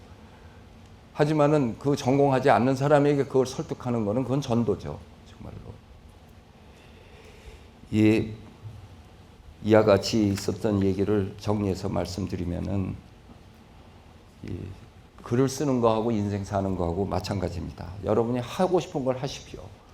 그리고 그것이 쓰고 싶은 거를 나중에 기회가 되면 쓰십시오. 하지만은 글을 쓴다고 했을 적에는 남보다 뭔가 다른 사고가 있고 자기가 갖고 있는 내공이 있을 적에 글 쓸 자격이 있는 거죠. 서푼어치도 안 되는 자기 감상을 얘기하는 것 같고 남도 괴롭힐 이유는 없는 거예요. 그건 자기 혼자 고민하면 그만이지. 인쇄할 필요 없는 거죠. 사회적 형식을 갖겠다고 했을 적에는 사회적 가치가 갖는 거를 책임을 져야죠. 그건 저자의 윤리입니다. 그것이 지금 대학의 선택, 과 선택에 있어서도 지금 재고해보고 빨리 전과할 사람들 전과하세요. 괜히 간 과 있잖아. 그냥 저 점수 때문에 그거 포기해버리고 앞으로 인생을 살 적에, 내가 국어 선생 꼬임에 넘어가서 미학과 갔을 때 우리 어머니는 3박 4일을 울었어. 1박 2일도 아니야. 요담에 굶어 죽으려고 그과 갔다고. 나도 뭔지 모르고서는 갔으니까 못하게 설명을 못했죠. 그러나 나는 예술평론을 하고 싶었고, 또 예술평론보다도 더 정확히 얘기하면은 영화평론가가 되면 맨날 영화 보고 좋을 것 같아서 내가 그거 하려고 그랬어요. 어떻게 노는 것과 일하는 것을 합치해서 살 수 있는가를 연구했더니 영화평론 이상 좋은 건 없을 것 같더라고. 수업 시간에 도망가서 뭐 영화나 보고 그 해왔던 그 습성이 있으니까 그거는 뭐 배우 이름 외고 뭐 해서 쓰면은 쓸 수 있을 것, 공부하면 할 것 같아서 했다가 이제 이렇게 됐는데, 어쨌든 내가 좋아한 걸 했기 때문에 나는 실패했어도 후회 안 했을 거예요. 그리고 나 자신을 그래 내가 남들 같은 것은 이루지 못했지만 그래도 내가 해보고 싶은 걸 했어라고. 예. 더 얘기하고 싶은데 해도 돼요? 여기 부국재단의 이 직원이 여기 와 있는데 부국재단 이사장이 부국강철의 남상규 회장이에요. 나하고 대학교 동창이에요. 국문과였고 서울물리대에서 나오는 형성지 편집장이었어요. 나는 그 형성 기자 시험 봤다 떨어졌어요. 근데 걔는 그 시험 봐서 붙어서 그 편집장, 학생 편집장을 했어요. 그리고 그때 그 학교는 조금 해가지고 어느 과에도 미학과가 10명 정원했다가 나중에 5명 됐어요. 국문과는 20명이고. 그러니까 어느 과에 누가 있는지 다 알죠. 도시락도 같이 먹고. 근데 그때 창작가 위평과 문학과 지성이 그 개간지가 나와가지고 나오면은 이제 새로운 시들도 발표되면은 읽고 소설 읽고서는 같이 뭐 느낌 얘기하고 그 방영웅의 분 얘기, 똥예 얘기가 어떻고 또 시인지의 김지아가 쓴 황토가 어떻고 이런 얘기를 할 적이면 나는 얼만큼 내가 노력하면은 상규만큼 이야기를 할 수 있는가에 그 컴플렉스가 어마어마했어요. 내 목표가 걔만큼 보는 거였어요. 그러다가 그 남상규는 사업으로 해가지고 또 집안에서 그 강요 받은 것도 있어서 철강 회사를 했어요. 그리고도 회사가 잘 됐어도 자기가 하고 싶은 거가 남아 있어서 다시 국문과 대학원도 다닌 걸로 알고 있어요. 논문을 안 썼을 거예요. 그러다가 이것 두 가지를 했다가는 안 되겠다 해가지고 이젠 그쪽은 포기하고 그 대신에 부국문화재단에 그림도 사고 해서 뮤지엄도 준비를 그렇게 하곤 했어요. 근데 어느 날 동산망 화랑에 암흑에 전시하는데 자기 서울 오는데 잠깐 볼 수 있냐고. 그래서 갔더니 이 보재기를 하나 갈 적에 이건 나는 더 이상 필요하지 않는데 네가 필요할 거라고 이렇게 주는데 전부 그 미학과 문학 평론에 관한 원서 10권을 이제 나한테 준 거예요. 이제 손 씻는다 그런 것이죠. 그때 그 돌아가는 모습이 참 그 왠지 하여튼 쓸쓸해 보였어요. 그 책을 받은 나는 이게 웬 떡인가 하고 이제 그 받았지만은. 그래서 그분이 자기가 갖고 있었던 그런 문학적인 소양과 이것을 실현을 어디 가서 해볼까라고 생각하다가 결국은 그 말썽났던 많았던 산풍이 갖고 있던 여미지를 인수해서 지금 제주도 여미지의 식물원을 아름답게 가꾸는 그 작업을 해요. 이 상규가 나처럼 가난한 집 아들이었으면 문학에 성공했을 텐데 그 집안에 가업이 있어가지고 사업으로 옆에서 보면은 상규는 굉장히 그 잘 나가고 있는 사업가고 여미지 같은 것도 가꾸고 부국문화재단이라고 하는 것을 갖고 있고 광주를 위해서 또 이번에 뭐 말할 필요도 없겠지 뭐 디자인 비엔날레 할 적에도 도네이션을 몇 억 했을 거고 이렇게 하면서 살고 있어요. 근데 그의 가슴 속에는 하려던 문학을 못했던 것은 끝까지 남는 거야. 이거. 성취하지 못했어도 성취를 했어도 자기가 하고 싶은 게 남아있을 적에는 끝까지 그것이 자기 인생에서 한 번은 자기를 붙잡는다. 여러분들께서는 지금 뭐 어차피 입학했으니까 그대로 살면 되지만은 뭐 꼭 극과 출신이 글로 가는 것만은 아니잖아요. 정치과 출신이 정치하는 거 아니고 기술직 아니고 나서는 뭐 남자든 여자든 자기가 하고 싶은 것 그것을 꼭 꿰어차고서 그다음에 그거를 실현하기 위해서는 남다른 노력이 있어야 되는데 동시대 사람들과는 다른 남다른 노력이 있어야 되는데 그 중에 하나가 오프라인 문화를 우습게 보거나 버리지 말라는 거죠. 그거는 온라인 문화의 뿌리로 작용하고 있는 것이었기 때문에 그것이 있다는 전제하에서 온라인 문화를 진화를 했을 적에 더 큰 힘을 갖는다 하는 내용이고, 읽기와 쓰기를 합쳐서는 무엇을 쓰겠다고 하는 마음이 있으면은 그거에 대해서 10년, 20년의 내공을 쌓은 다음에 쓰시고, 아니면은 그냥 성실하게 살다가 20년, 30년 지났을 적에 내가 살고 생각했던 것이 사회화시킬 필요가 있겠다 싶을 적에는 당신들이 원하는 바대로 쓰면은 그것이 또 베스트셀러가 될 수 있는 것이지, 베스트셀러를 겨냥하면서 해갖고 된 사람은 없었을 겁니다. 나처럼 원고료 안 받고 쓰는 것이 오히려 빨리 가는 길일런지도 모르겠습니다.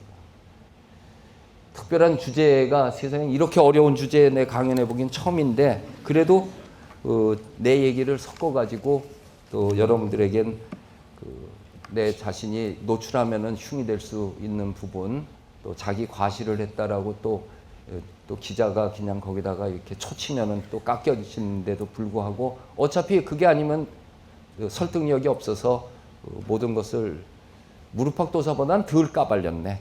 거기서는 뭐 마누라 연애하던 얘기 펜던트까지 보여줬는데 그거에 비하면은 아주 조금만 보여준 거고, 요 다음에 다른 기회에 만나기로 하고 제 강연 여기서 마치겠습니다.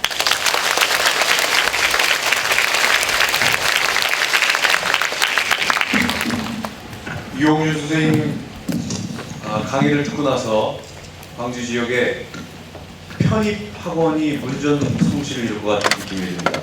오늘 유익한 강의 재미있게 해주신 유홍준 교수님께 다시 한번 큰 박수 부탁드립니다.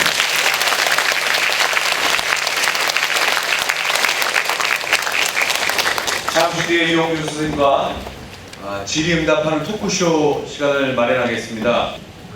오늘 참석해 주신 여러분 중에 혹시 유홍준 선생님께 질문이 있으시면 해주시기 바랍니다. 질문을 해주신 분에게는 유홍준 선생님의 국보순례를 선물로 드립니다. 앞에 맨 앞에 계신 저는 그냥 어설거든요. 이해는요. 선생님이 쓰신 이번에 책에 내 마음속의 문화유산 중에 세 번째 산사가 들어있었잖아요. 네. 근데 저도 좋아했는 게 마음에 들어서 산사를 가게 됐는데 최근에 가게 되면 선생님께서 말씀하신 것처럼 전라도에는 좋은 산사들이 너무 많다고 말씀하셨는데 제가 이번에 얼마 전에 백양산도 왔고 설암산도 갔다고 했는데 저는 뭐 답답한 마음에 그냥 제 이름이 없으니까 지금 제가 드리는 거고요. 문화유산에 가까운 산사들이 너무 불사를 많이 하고 그것 때문에 망가져가는 것들을 볼 때마다 너무 마음이 아픈데, 뭐 예를 들자면 백양산 대웅전에 갔더니 대웅전 앞에 방충망을 해놓은 곳이 하더라고요. 그리고 이번에 설암산 갔는데 제가 오늘 10년 전에 갔을 때 그 아름다운 설암산을 보면서 내 부심이 여기서 살아있구나 하면서 제가 문자로서 가야 될 길이라고 생각을 했었는데, 이번에 가서 보니까 너무 그 현대식 자기들이 주렁주렁 늘어져 있는 걸 보니까 너무 가슴이 아픈데, 선생님께서는 힘이 계시니까 그런 좋은 산사를 시킬 수 있는 조계동이나 높은 분들에게 말해주시면 된다고 부탁드리고 싶습니다. 네. 저도 같은 마음이고 또 그것 때문에 얘기했는데, 특히 서남사의 경우에는 태고종 주제하고 조계종 주제하고 같이 지금 공전을 하고 있는데, 그러면 연등만도 다 치워도 괜찮을 텐데, 혹시 인터넷으로 들어가시면은 한 달 전에 1700년 불교 유산을 어떻게 보존할 것인가 라고 하는 그 주제 강연을 제가 한 것이 전문이 실려 있습니다. 유홍준 총장이 스님들에게 보내는 쓴소리 해갖고 나와서, 문화유산 당신들 보존한다고 얘기했을 적에는 문화재청에서 뭘 해줄 거 기대하고서 나보고 주제 발표하라고 그러는 것 같은데, 천만의 말씀이라고. 그 집을 지키는 거는 살고 있는 당신들의 문제라고. 당신들은 안목이 개판이기 때문에 저 집이 개판이 돼버립니다. 세상에 상사가 갖고 있는 아기자기한 그거를 우리가 그렇게 노래했는데 어디서 돈 받아갖고 와서 포클레인 한번 갖고 들어오면은 무슨 연명장 만들어서 줬구나 하려고 이렇게 팍 해서 이 형질을 다 변경시켜버리고 이상 꽃 갖다 꽂아놓고 그리고 그게 멋있다고 생각하는 당신들의 암묵이 문제다. 이 문화재청에서 할 수 있는 것은 국보보물, 국가문화재로 지정된 것에 대해서 망가지지 않고 보수하는 거고 지금도 살고 있다는 건 굉장히 중요한 건데 그 사람들이 문화유산에 대한 또는 어떻게 해야지 현대적인 것과 전통적인 것이 갖고 질 수 있는가 이런 거에 대해 가지고 안목이 있을 적에 그게 피어나는 건데 그걸 남이 해준다고 생각하는 데에서 문제가 있다 하는 그 얘기를 해왔어요. 아마 그런 얘기를 저한테 질문하는 거와 동시에 인터넷으로 그냥 악플을 띄워버렸어요. 어떻게 이게 당신네들이 이렇게 지저분하게 할 수 있느냐 하는 거를 민중에 항의해야 됩니다. 그건 우리의 자산이기도 하기 때문에. 사실 제가 추진하다가 못한 것에 하나가 이 조계산과 지리산에 있는 산사를 유네스코 세계문화유산으로 등재하는 준비를 했습니다. 근데 그 준비를 한 것이 이제 그거 할 적에는 굉장히 섬세하게 해야 되는데 하면은 돼야 되는데 엮어서 하면은 돼요. 조계산에 있는 선암사, 송광사하고 보성강에 있는 태안사하고 화엄사, 천은사, 영곡사, 실상사, 쌍계사까지 해서 하면은 그건 틀림없이 됩니다. 되는데 두 가지가 걸려요. 하나는 그 유네스코에서 그 할 적에 유니버셜 밸류, 보편적 가치가 있는 건 있어요. 다른 나라에 그런 아름다운 산사가 없습니다. 산과 보성강과 성진강 연에 있는 조계산과 지리산의 산사인데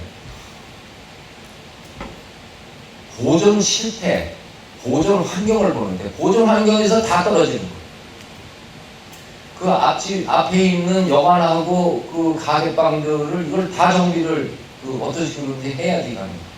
제주도를 유네스코 세계유산으로 등재시키는데 가게 한 집마다 400만 원인가?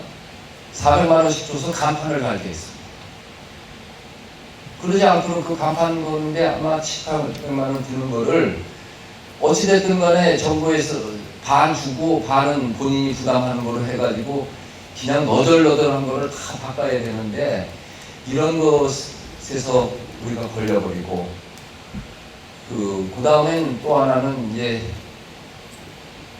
그것만 하면은 되는데 그 옆에 있는 우리 절은 왜 뺐냐 왜 전라도만 갖고서는 하느냐 이런 게 들어오는 바람에 그 합의를 만들어내기가 참 힘들어 있다가 또 책임자의 의지가 내가 나오게 되니까 이게 틀에 올려놓고서 나왔어야 되는 건데 거기까지 못했고 어차피 그거는 해야 될 겁니다.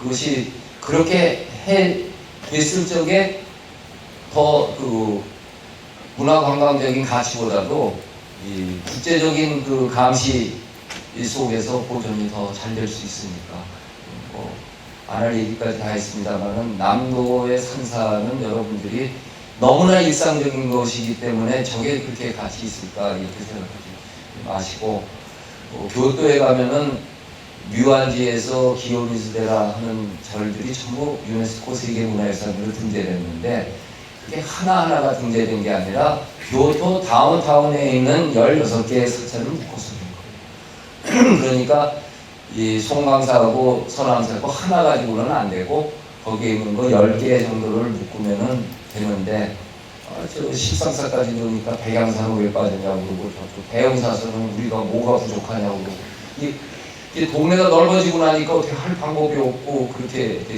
됐으건 일단 그렇게 해서 놓고 나중에 그 라인을 확장을 한다든지 에어리어를 넓히는 작업을 해서 가면 되는 거거든요.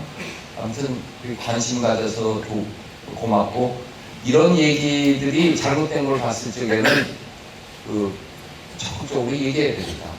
김대중 대통령이 돌아가시기 전에 국민들한테 부탁한 거, 귀찮더라도 ARS 문에 왔을 적에 대답 좀 해달라는 거 아닙니까?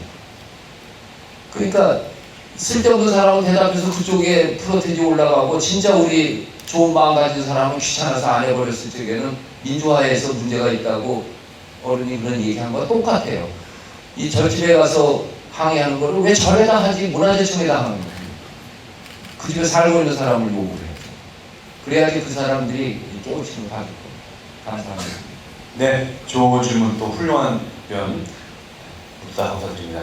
또 다른 질문이 아유, 있으시면 많다. 네. 자, 이번에는 그 마이크를 이쪽 앞에 여학생에게 좀 전해주시기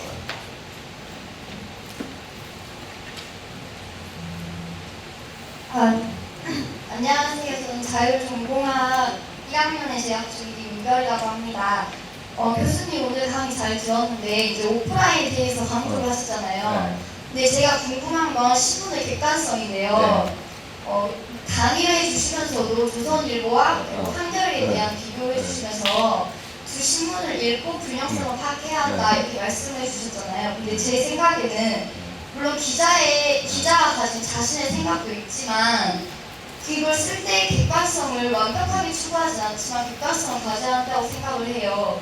근데 이 지금 하고 있는 이 신문사들의 객관성이 잘못되고 있는 건지 아니면 올바르다면 신문사에서 말하는 그런 객관성이라는 게 무엇인지 그게 궁금합니다. 네.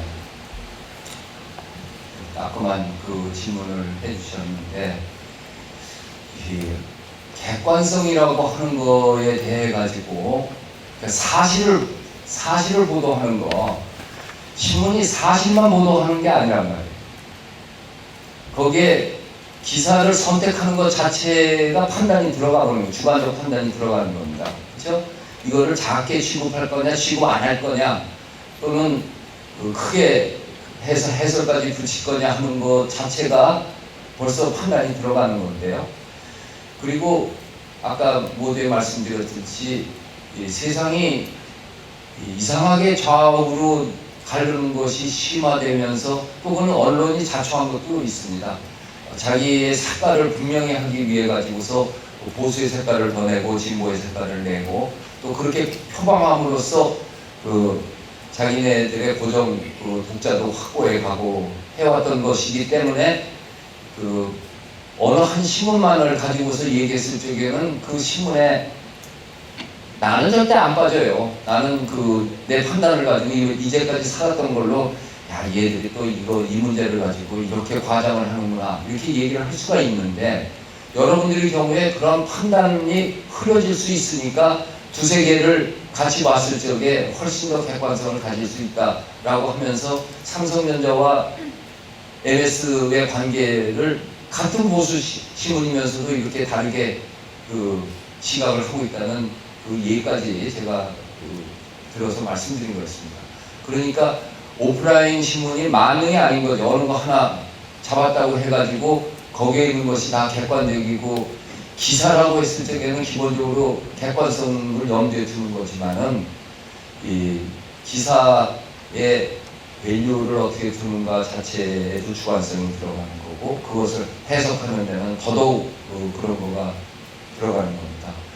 그 대신에 그런 줄도 모르고 그냥 이 온라인에 뭐가 어떻게 됐다라고 하는 것만 지나가는 거 그것을 보는 거하고는 전혀 다른 차원을 볼 수가 있죠.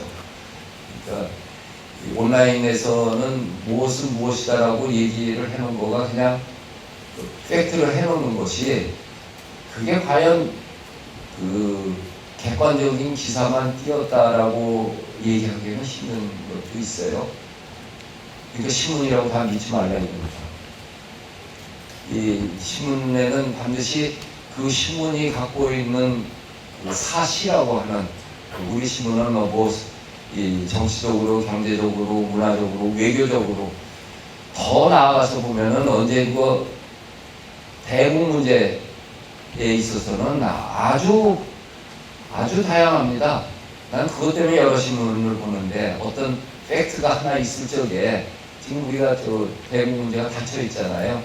이 닫혀 있는데 이것이 열리기를 희망하면서 쓰고 있는 신문하고 이게 이대로 그냥 고착되기를 원하는 신문에서 그 남북 관계를 쓰는 거하고는 전혀 다릅니다.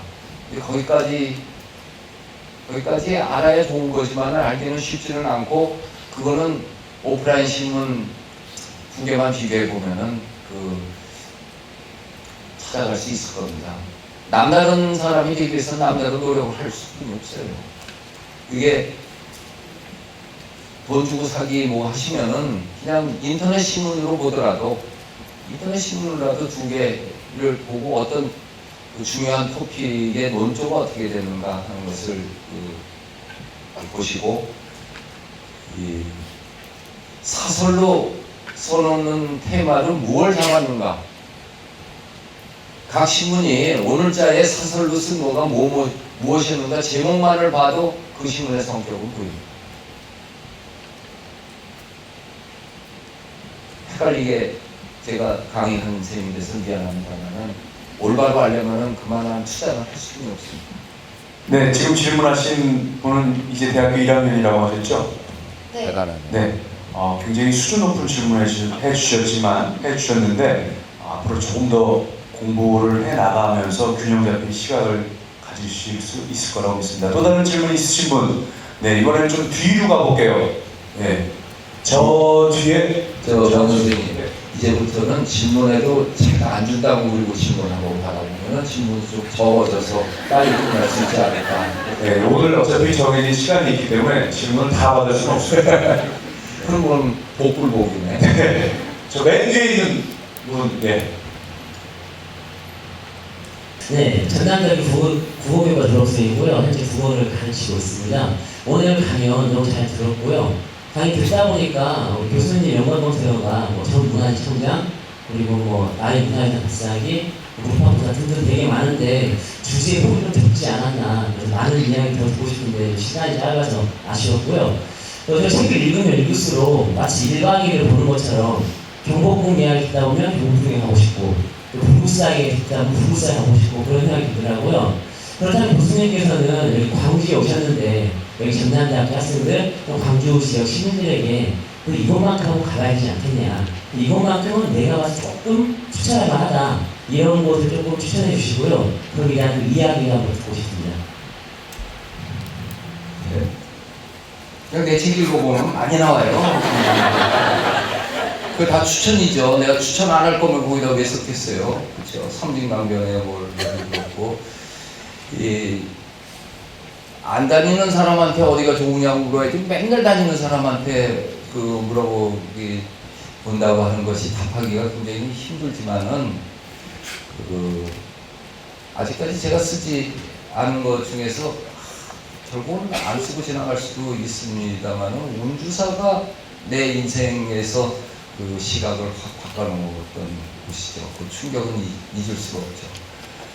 더군다나 90년, 80년대에 광주 항쟁이 끝나고 난 다음에 이 민중운동이 일어날 적에 민중성에 대해서 많은 생각을 할 때 운주사에 있는 그 섣불이 미술사에 당당하게 찬사를 받아본 적은 한 번도 없습니다. 왜냐?